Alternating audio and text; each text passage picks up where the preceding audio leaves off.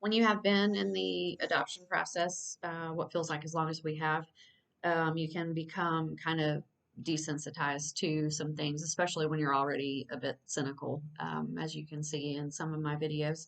Um, there's a thing that you come across in private adoption searches where you're trying to find a match with a birth mother, which is basically networking, just like networking you would do in many different careers out there. Hey, let me know if you or someone you know needs this or that product or service. It's the same thing when you're trying to find somebody that might be in a position where they need a birth plan. So somebody's pregnant, not sure how they're going to do it, if they can afford another child, whatever the case might be. You have those situations and people out there, but you don't know where to find them.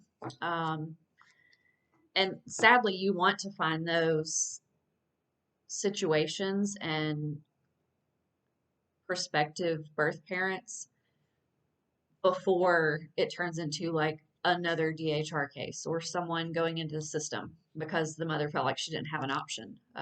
So you end up networking.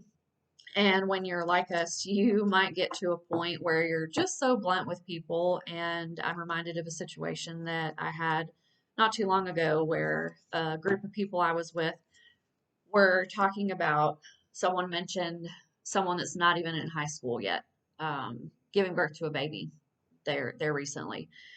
And I just told her, I'm going to be blunt with you. Does she want it? And she didn't know the situation fully, but another person at the table was kind of shocked. And I get it. To other people, it's like a t-shirt, but it's a baby, it's a life. I understand that. But you get to a point where you want to avoid all the back and forth and the emotional part of it. Really, that's what you want to try to avoid because it's going to be another letdown. And you would love for it to be an opportunity where it's not and where there's actually some hope in that. Um, but it's just hard. Um, so I wanted to address that because not everybody thinks about that aspect of the adoption process either. That you're networking for a baby.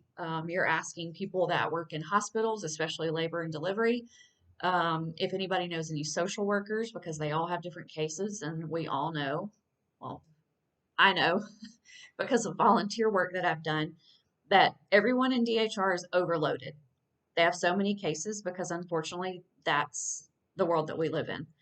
So you talk to people that might have lots of members, churches, volunteer organizations that work with families in need, um, people that work in lots in areas that have lots of employees.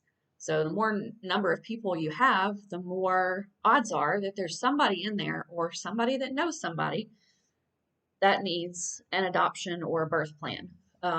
Someone that might feel like they don't have any resources. So you try to put feelers out there and put your name out there, be it social media or word of mouth.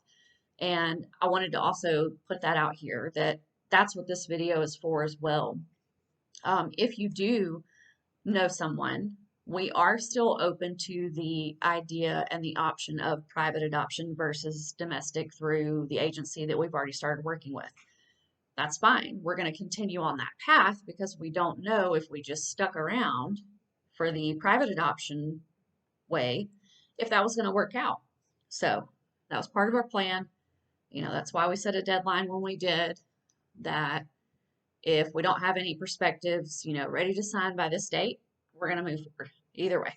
So if you know anyone or you hear about anyone that might be going through this and needs a plan or has questions or wants to know more about our family, if you will, just let me know by commenting or messaging me, and I would appreciate it. But I just wanted to kind of put that out there for people that they're unaware of how this all works. That's just one aspect of it.